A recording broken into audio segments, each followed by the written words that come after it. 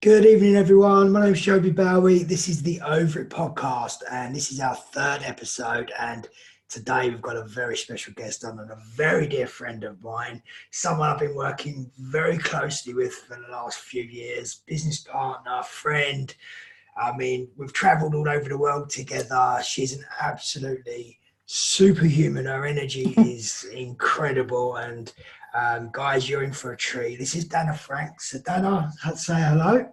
Hello. How Thank you are for you? inviting me on, Joby. My No goodness. worries, no worries. So I'll just give you a little bit of a background. Dana's a Kundalini expert. She's a energy healer. This woman is absolutely phenomenal. She's healed me many times as well. Been traveling around the world and Mm. saw back and problems, and she's always been healing me. And she's one of my go-to spiritual teachers as well. So we really are in for a treat tonight with Dana coming on. Oh, she's also as well, guys, fourth Dan in Aikido karate as well. So she's a kick-ass woman. There is nothing this woman doesn't put her mind to and doesn't achieve. So we've been working closely together in the cryptocurrency world, Dan and I, for what, 4 years hmm now? About hmm that. Roughly all in around Bitcoin and cryptocurrency, and we've had a lot of fun, haven't we? I would say so. Yeah, it's been a journey, a journey uh, of self-discovery. yes, absolutely. You know, every time we've travelled to a new place, new destination, meeting new friends, we're always building new connections, and our connection itself has always got stronger. And maybe we can. I'd like to, on this podcast, for people listening, and we're going to cover a lot of things about personal development, growth, how we can overcome stuff. Dana's like I say, she's an expert in like the energy realms as well. So we're going to really delve into that. We're going to get some value from you guys to just understand how you can go forward, and there might be something that you're stuck with at the moment, and Dana might be able to give you some tips and strategies on how to use your mindset and really go forward and get stuck. That's what we want to do. All right. So Dana, tell us a little bit about your background, how you got into Kundalini Yoga, which we'll touch on more in the podcast. Yeah. But tell us a little bit about your energy work and the stuff you do to help people. Thank you, Joby. And thanks for inviting me on as well, It's my because absolute pleasure. yeah, and it is really when you talk about personal development, I think that's kind of it. Mm. And my life over the past, I would say I started training and learning, really kind of delving into personal development about 25 years ago. Yeah. And I still am. And the more I learn, the more I need to learn.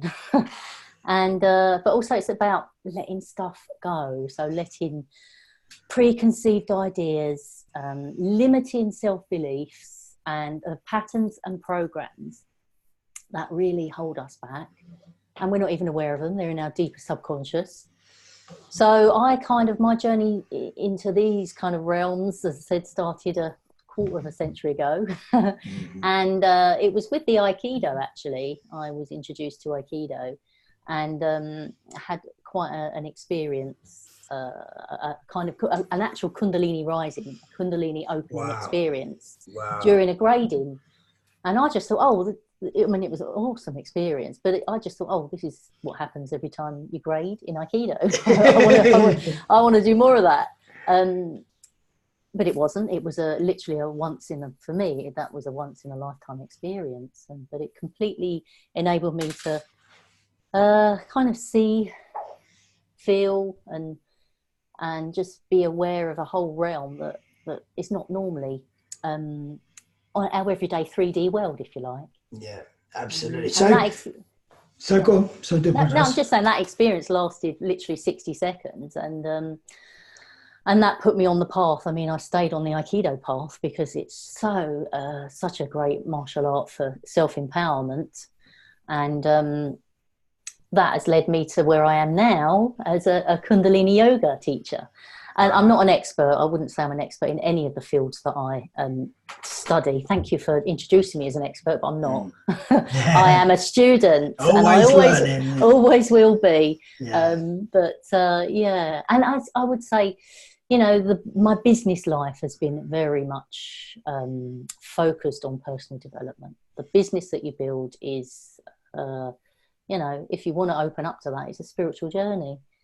So absolutely. So tell people how they can open up and how they can embark themselves on a journey like you've been through as well. And yeah, well, I think sometimes it can be just a spontaneous thing, like it was with me. I mean, that was although I was put under pressure, and this spontaneous experience happened, I would say that some form of discipline is essential, especially for the times that we're living in, Joby. I mean, we're living in such a time of chaos, a time of incredible pressure, and a real time of actually grief because of what's happening with the world.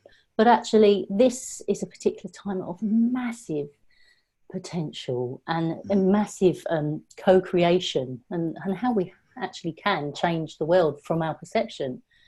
We can change what we can see in the world from our actual being a creator. So, you know, I just, I'm fascinated by the layers and the dimensions that we actually exist in.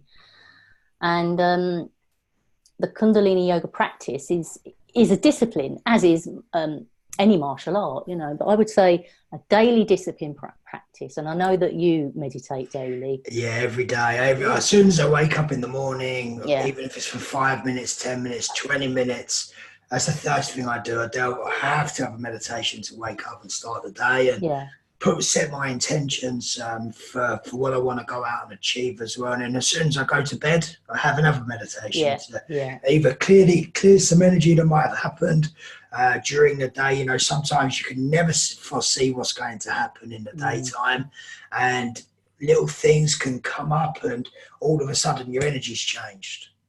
Yeah, absolutely. And it's about keeping in a positive energy as much as we can. And I've covered this on other podcasts of breathing techniques and just little things that can help you get through. So yeah, I'm a big advocate of meditation, and if anyone has done it yet, I highly recommend, even if you just start for a couple of minutes a day, get your thoughts right, get your mindset, and as Dan is saying, discipline as well.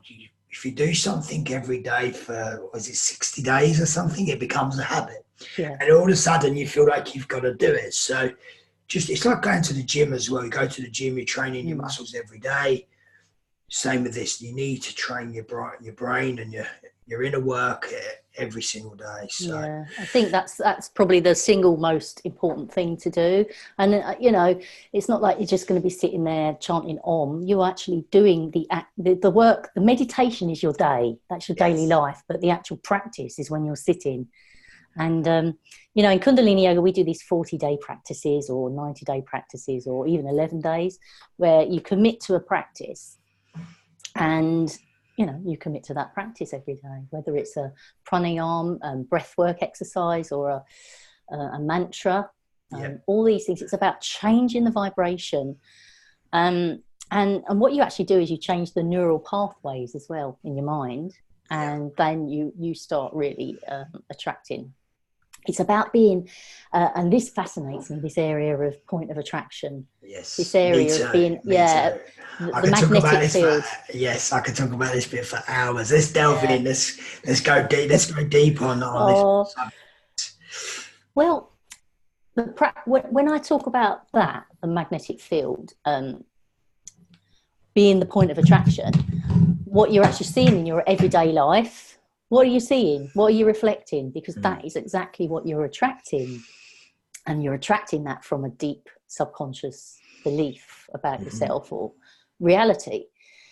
Now, you and I, everyone, we all see reality completely different, don't we? Yeah. So that's your experience of it. This is mine. And we are attracting into our magnetic field all that we believe. So you can actually positively affect what you're attracting, rather than chasing. And I'll bring this back into the business world as well. That, you know, what you want to see in your environment, in your life or in a project or in your business, what are your real core beliefs? That's why I feel that, you know, the personal development side of things, you really have to work on that before you can start seeing levels of success. Now, levels of success are measured by the individual. And levels of success can be very transitory when you're not working from a real core belief. You can, you know, achieve lots of success, money, you know, all the rest of it. But if you're not working with your core belief, that is unsustained. You'll still fall back into that pattern of lack or poverty consciousness or whatever it is that's holding you back. Now, I'm only speaking from my own personal experience here, because my practice, definitely the last several years, I've really been focusing on dropping a poverty consciousness or a consciousness of lack. Yes. And I discovered that I had this. I didn't even know I had it when I started Kundalini Yoga training. And that was 4 years ago I started the training. And I came out of, done an amazing course with Amrit Namsaravar, which is a Kundalini Yoga school based in France. Wow. And my teacher, Shivdev, who's here in the UK. And it was just phenomenal in transformation for me. It just, the final week was a week in an ashram, and it just took me, dropped all the layers of crap, all the stuff that I've been carrying, and I came out of there not only light, you know, in my body, but light in my mind, and I started attracting amazing stuff coming to me. Yeah, it was a really awesome experience. So what was the ashram like? Well, the ashram is a sacred place, a sacred space, and it's based on daily discipline, you know, the yoga, getting up pretty early. And we do seva, which is selfless service. So we all will contribute to the running or the, you know, helping of the students, fantastic. All of us. And it's just a place of transformation. You will go into the ashram. I can't say too much about it, but you come out of it just... I think the practice of Kundalini is to be the best human being that you can be. It's not about being a spiritual god or this, that, and the other. It's about being human, being here now, and being the best one that you can actually be, Joby, rather than some inauthentic or, you know, I don't know. We carry so much crap around with us.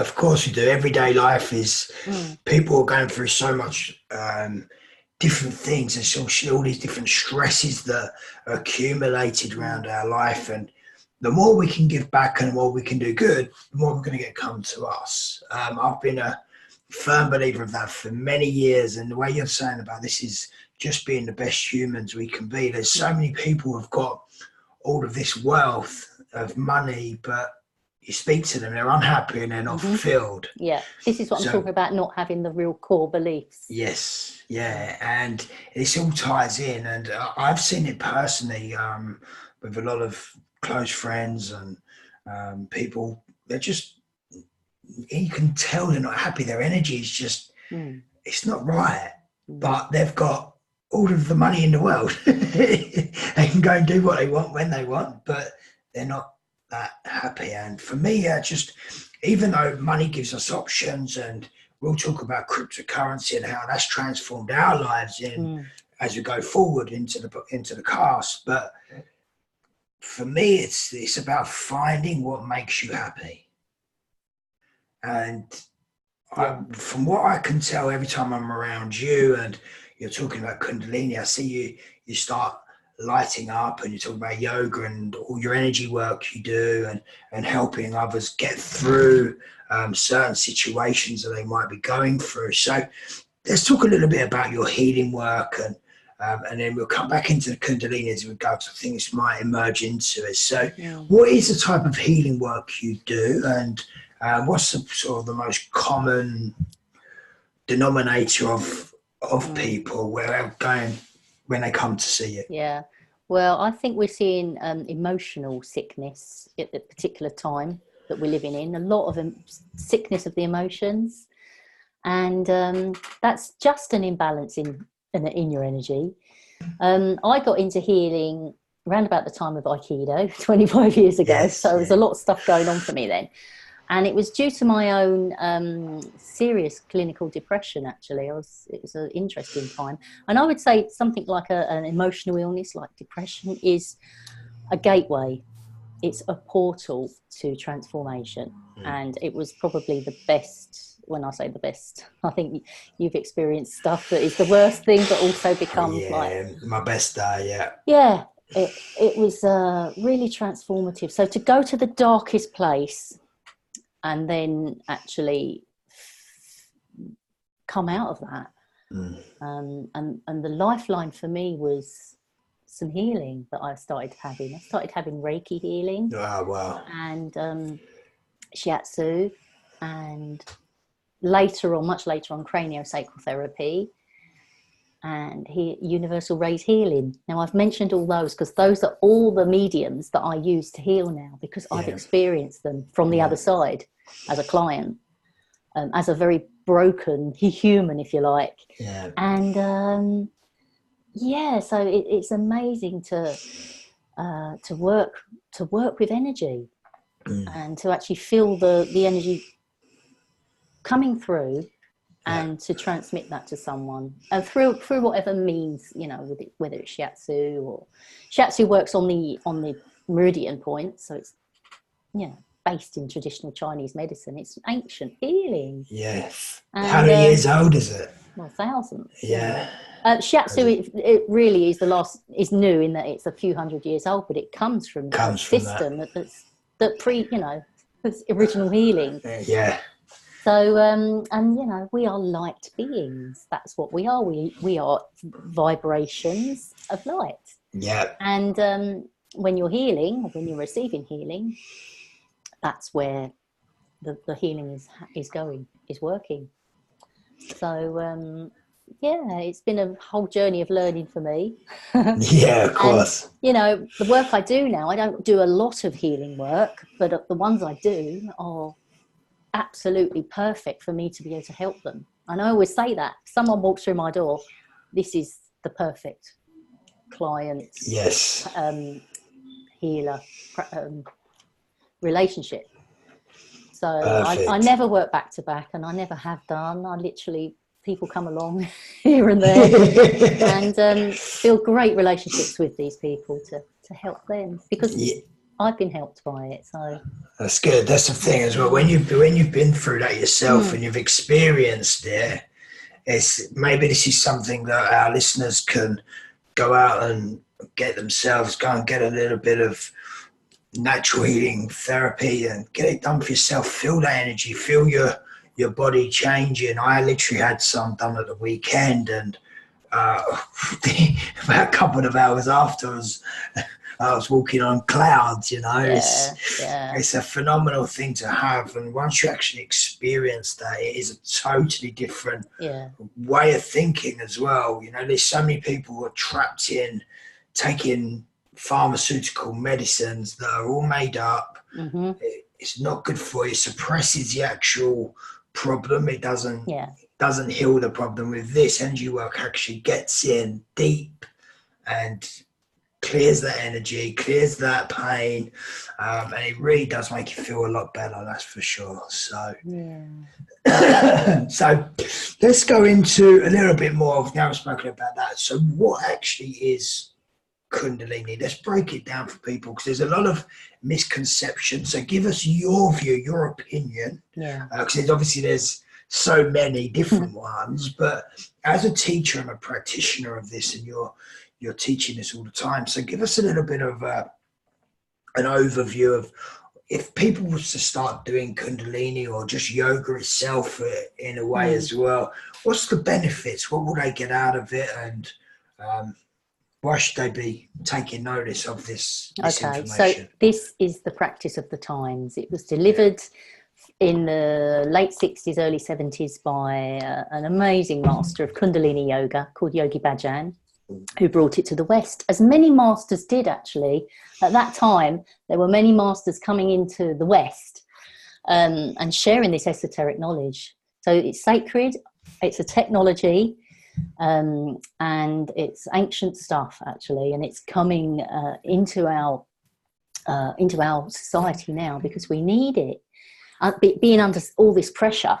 Now, during pressure, transformation happens, and this is what the practice does.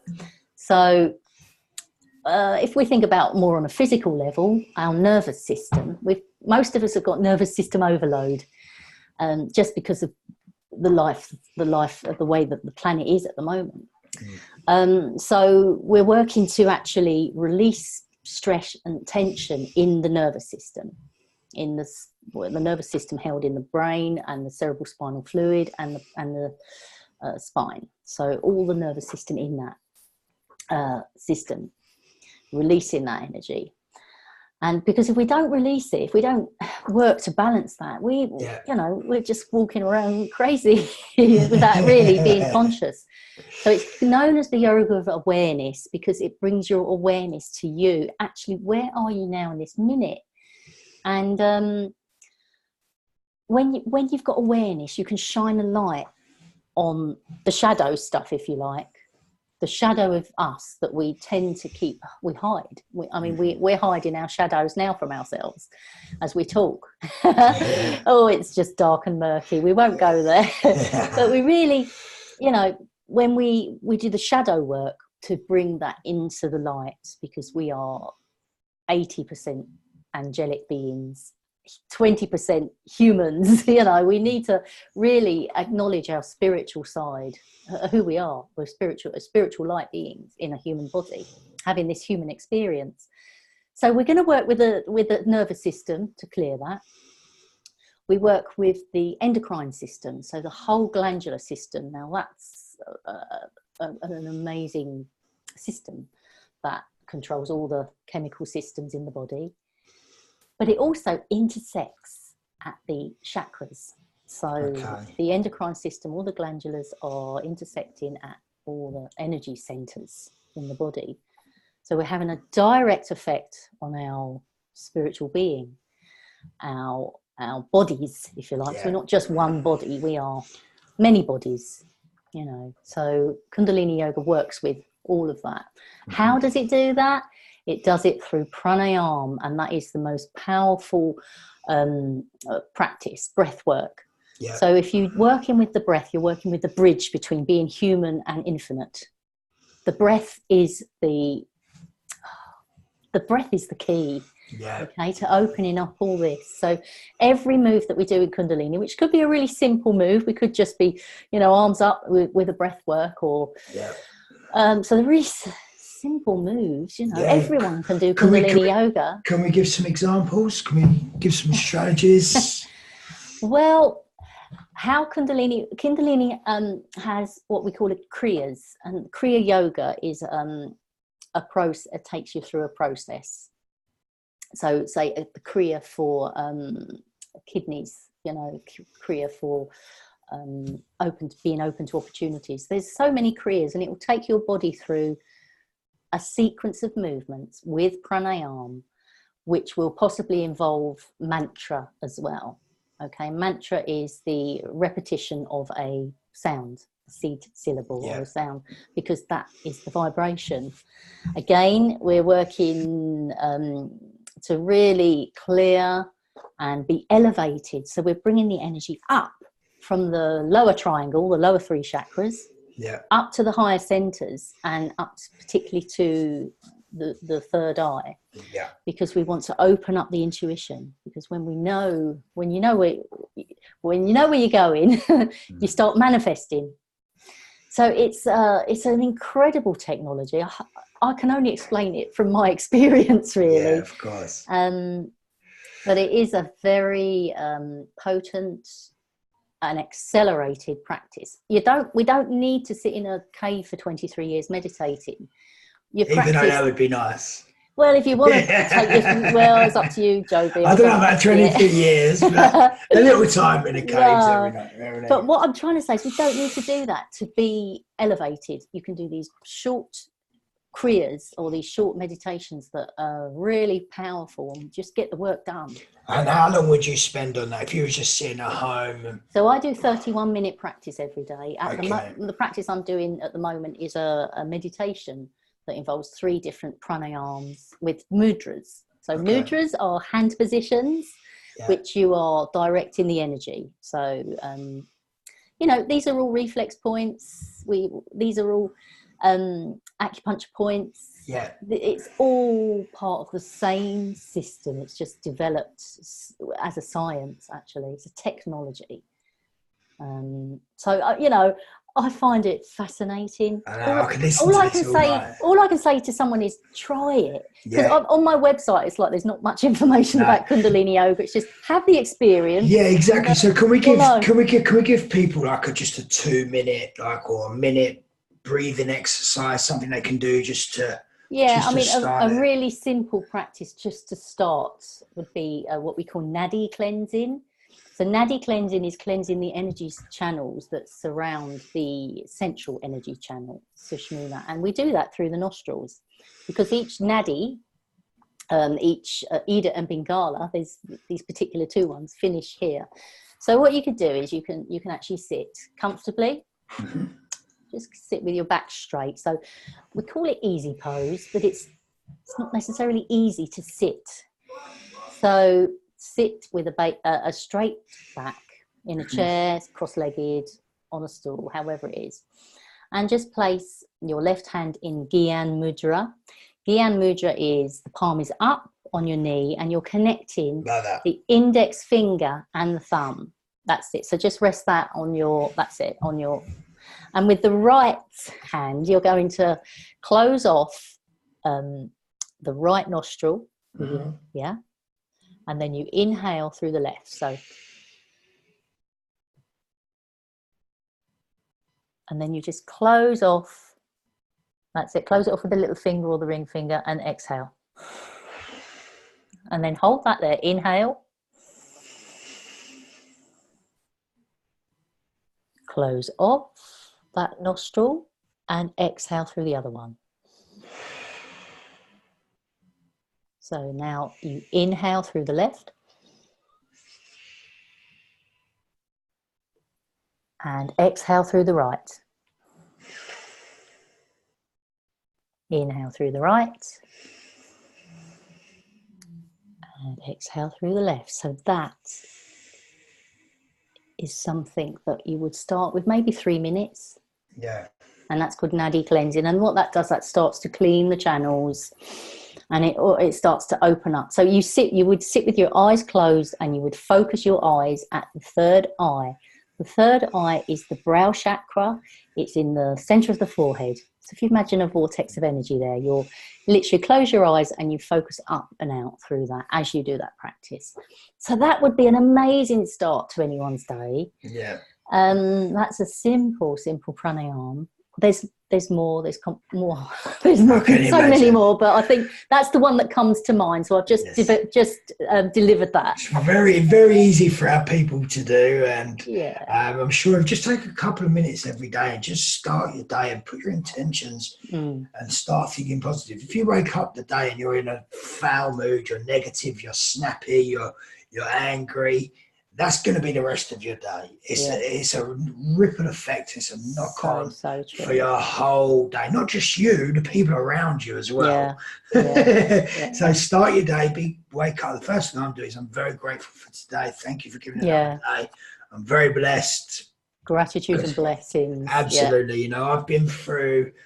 Can I just ask a few questions to you, Joby, because I found your story absolutely fascinating. Of course. And the fact that you've had quite a number of near-death experiences. 6. Yeah, and I come in getting all goosey just talking about it, all sort of goosebumpy, because your last one as well was has really shifted stuff. But because of who you are in your environment, it's shifted people that you know. Yeah. And I really felt strongly affected by it in such a way that it was time to drop stuff and move on again. Yes. Yeah. It was like literally being reset and starting again. So for those of you just listening to the podcast or watching the podcast, about 3 months ago now, back in July, I had a bit of a car accident and big lorry hit me from behind, big Arctic lorry, big 40-ton lorry, hit me from behind and squashed me into another car. So that my car basically concertinaed. But I had brain surgery 12 years ago. My airbags didn't go off in my car, so I hit my head on the steering wheel. and obviously I damaged all my neck from the impact, damaged all my shoulder. I'm still in and out of hospital. I've got 2 appointments tomorrow at the hospital, one for my neck and shoulder in the morning. I've got to go for more scans and stuff in the evening as well. So I'm just constantly in and out of hospital now. And, but it's been a long few months, and my really affected. I started having anxiety. I started having a bit of depression. Over my lifetime, just to go back a step, like I just said a minute ago, I've probably had 6 or 7 near-death misses. It's a lot, Joby. Yeah, it is. Yeah, there was a lot of stuff going on. I've been run over a few times. Yeah. I had someone dropped a scaffold fitting from 70 foot, landed on my head 12 years ago. Then a few months after that, I had hemorrhage through my nose and bled for nearly 24 hours. So I've had a lot of stuff, and every time I've had stuff, it's caused this form of pattern of depression. It's happening again, and all these different things. But over the years, because I've been through stuff, mainly the scaffolding accident, that was one of the main points where I go back and I go, that's where I found personal development. That's where my life changed.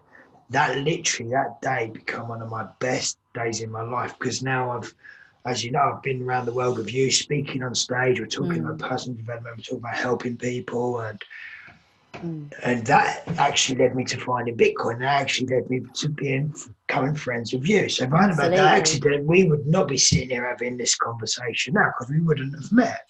Yeah. So everything happened for a reason, and I'm very, very grateful for that time, because it embarked me into something that I never ever thought I would do. And I never ever thought in my life I'd be sitting here recording podcasts, talking about trying to help people get over anxiety, mental health, trauma, and all this. But because a bit like you, Dana, with your experience with the Kundalini and your healing, you went through it, and you had the healing you done yourself because you needed to get through something. And I personally believe, and even some of my spiritual teaching around me, like, you had all of these incidents so you can go out and help other people, you can give back, and you can explain to people what's going on. So I'm a firm believer that everything that's happened to me has really happened for a reason, and I'm very grateful and very blessed, because the recent accident has now propelled me into something I wouldn't even believe. I've got a new job. So that's fantastic. I'm working with some amazing people. New car, we're setting up this podcast to really help thousands of people all over the world get over their traumas, their anxiety, their depressions, and having guests on like yourself, Dan, even though like me and you are so close and very good friends, but a lot of the people hearing you speak about what you do and how you do it, and the tips you're going to be giving them for the rest of this podcast, I'm sure there's going to be a lot of happy people when they hear this podcast, you know. So I'm very, very grateful. And yes, my darkest, my worst and horrible shit days have now become good days. And you've got to... That's the transformation that I was talking about, bringing the shadow into the light. Yes. And, you know, we are growing in awareness, and there are so many people that are finding inner peace or inner empowerment. And we're all connecting. We're a big tribe. We are a family. Absolutely. And the more we can connect, and the more we can really bring our consciousness into play and open up our heart chakras, and we can really lift this vibration up, the world's going to change. It has to. It has to change, and we've been treating Earth very badly. Well, I've got some thoughts about Hence why I've got this T-shirt on, Save Our Seas, because we've been things have just been going on in our oceans, all of the plastic. I mean, it's just it's another subject we can talk about for hours. There's a lot of stuff. But I think the chaos that we're seeing is this difference between how we are elevating as a humanity. The consciousness of humanity is elevating because the planet is ascending. So the planet is ascending from the dimensions it's in now to the 5th, 6th, 7th dimensions. Yeah. And what that means is we've got this difference. We've got this jarring at the moment of chaos. And we are seeing, you know, incredible, terrible things occurring to, you know, also, I'm not going to even go into it. It's just chaos. Yeah. A world which is really being shaken up. And that's because the earth, the planet is moving. Yeah. And we need to catch up. We need to keep up. So the dark, you know, the dark forces or which is just as valid as the light. Yeah. You know, is having a bit of a hard time, actually. Yeah. Truly, because the ascension is happening. And more more people are aware and waking up. And part of what my mission, if you like, you know, I want to wake people up and shake them and knock on their heads and say, hang on, you know, you are an amazing, limitless being, and stop the programs, stop the brainwashing or the programs, which, you know, we're all party to, and just open your eyes and breathe and co-create a beautiful world. Yeah, absolutely. It's what I want to do with this podcast. I want to create a community of people who might be going through something now, but they want to change something. They want to do something. They want to do good in the world, and they want to do something for them. I think the very fact, if they're listening to this podcast, is because we're all attracted to this vibration, this mission of helping each other, and we can do it. You know, we've had long time of being dominated and controlled on this planet, and that is a time that is, you know, we're becoming sovereigns in ourselves. Our empowerment is happening. Absolutely. So people are breaking the chains, and they're like, in their minds. Yes, minds, body, even just in general life now. A lot of people, the construction before was get up, 9 to 5, whatever it is, college, blah blah blah blah blah. But people are really waking up now, coming into their power. I want to do something for myself. I want to do this, and again, this comes a bit back to what me and you have been doing for the last 4 or 5 years. Bitcoin, and currency. You know, this is definitely something we can touch on, because we have to touch on it, because it's part of the paradigm shift. Yes, it just absolutely is. Yeah. So give us a little bit of an overview of why it's part of the paradigm shift, and why people should maybe take a little bit of attention to it as well. Well, I just feel blessed that I am an early adopter, and the information came to me before mass adoption. So I feel like you, Joby, that we're here to share information and light people, you know, wake people up with it, because, you know, the actual technology is here because the consciousness is raised. So it's not the other way around. It's, you know, our consciousness is raised. So we now have this technology which is allowing for individual empowerment and liberation. Actually, it's all about being liberated and free. What a word. I love that word. That's it. In a word, this is what cryptocurrency for me represents. Because we live on this material plane. Okay, so we've been talking spiritual stuff, which is great, because we need to nourish ourselves with that. But the actual plane that we live on is the material plane. And what is the most basis level of how you measure that? It's money. And it's how we exchange store of value between ourselves, which has actually been very corrupted and, you know, a bit of a fraud, actually. And it's been a system that has kept people in their place, if you like. There's the elite, there's the masses. And money has been the measure of status and success. But money is a store of value that we can exchange amongst ourselves with no third party, no domination and control, no permission. That's something that is neutral, that's borderless, that we can transact amongst ourselves. That is liberation. And so, I am big on this. And I will bring bring it back to that first experience when I came out of that ashram 4 years ago. I attracted cryptocurrency that week. The actual concept came to me via someone I met, you know, in this weird, not actually in the ashram. I met an American lady. We were going to do retreats together, or we were looking at doing retreats. And she opened my mind to it. And it was, no, what is this weird technology? I was absolutely fascinated. And I just started the education process then. A year on, so I spent a bit of a year like kind of finding my way with it and making some mistakes and losing some money, but it doesn't matter. It was a great learning, but also I was getting some really cool people coming at me.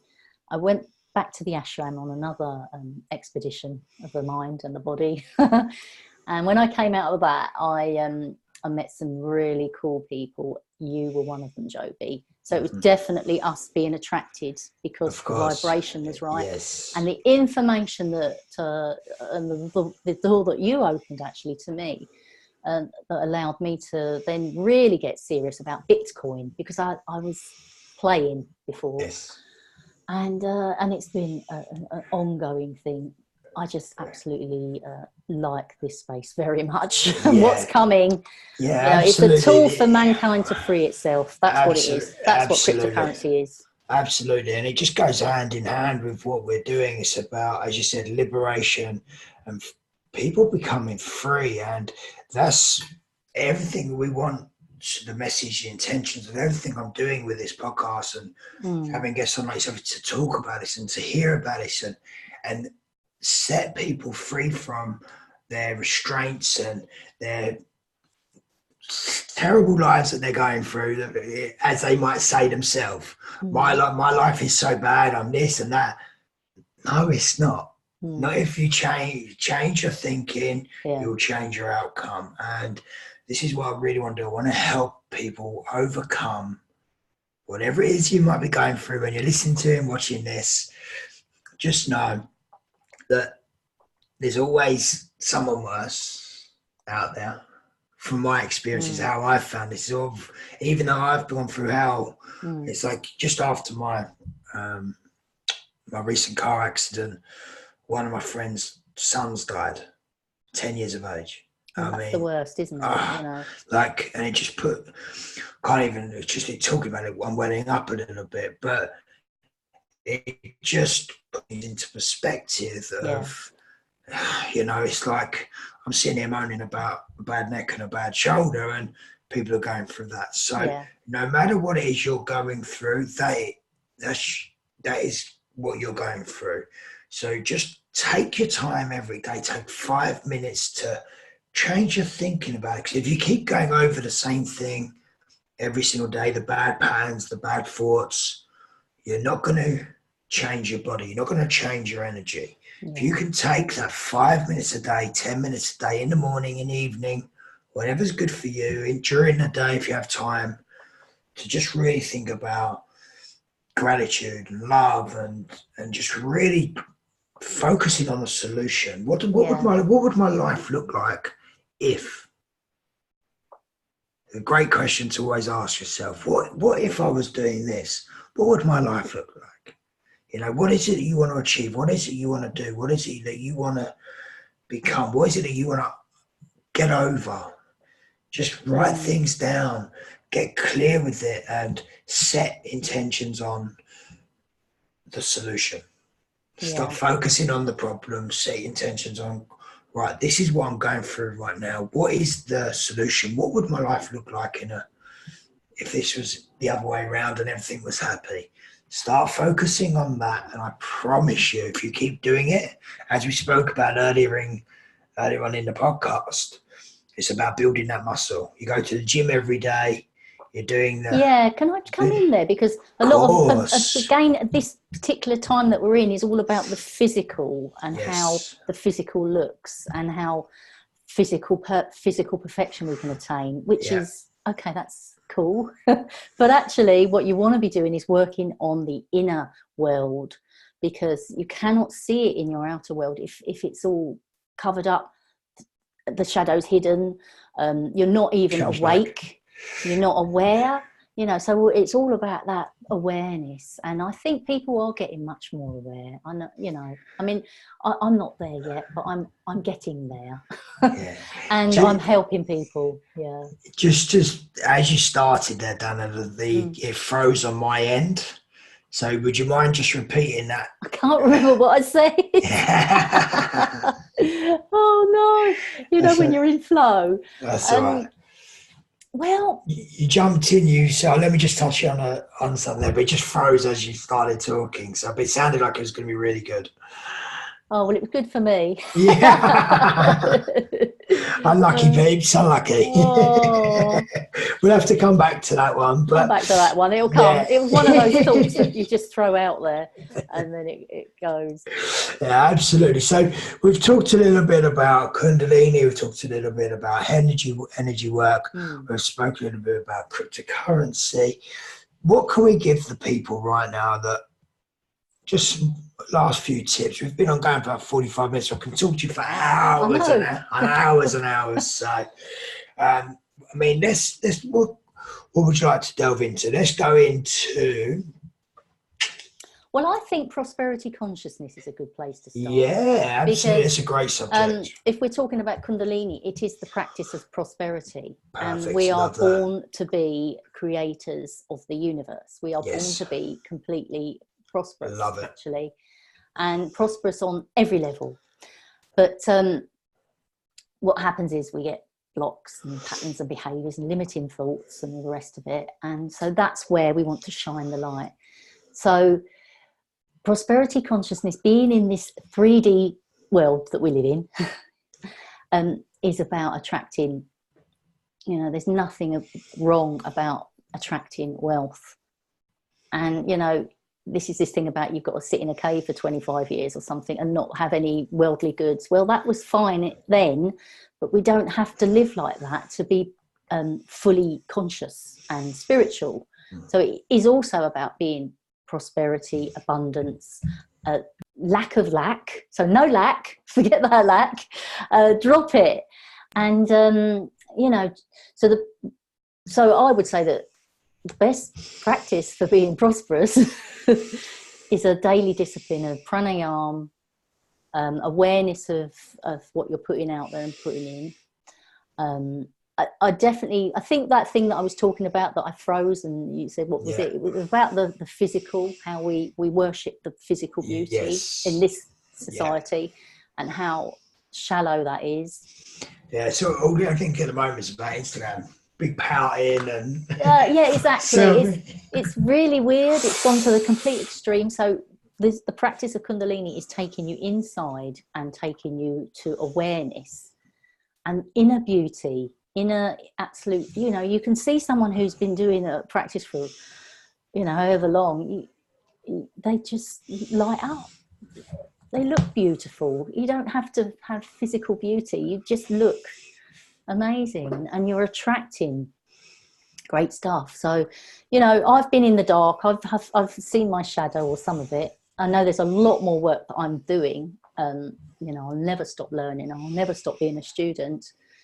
And you know, just to work and, you know, be as prosperous and as thriving, to thrive. I think that word thrive. Love that word, yeah. You know, so that's it.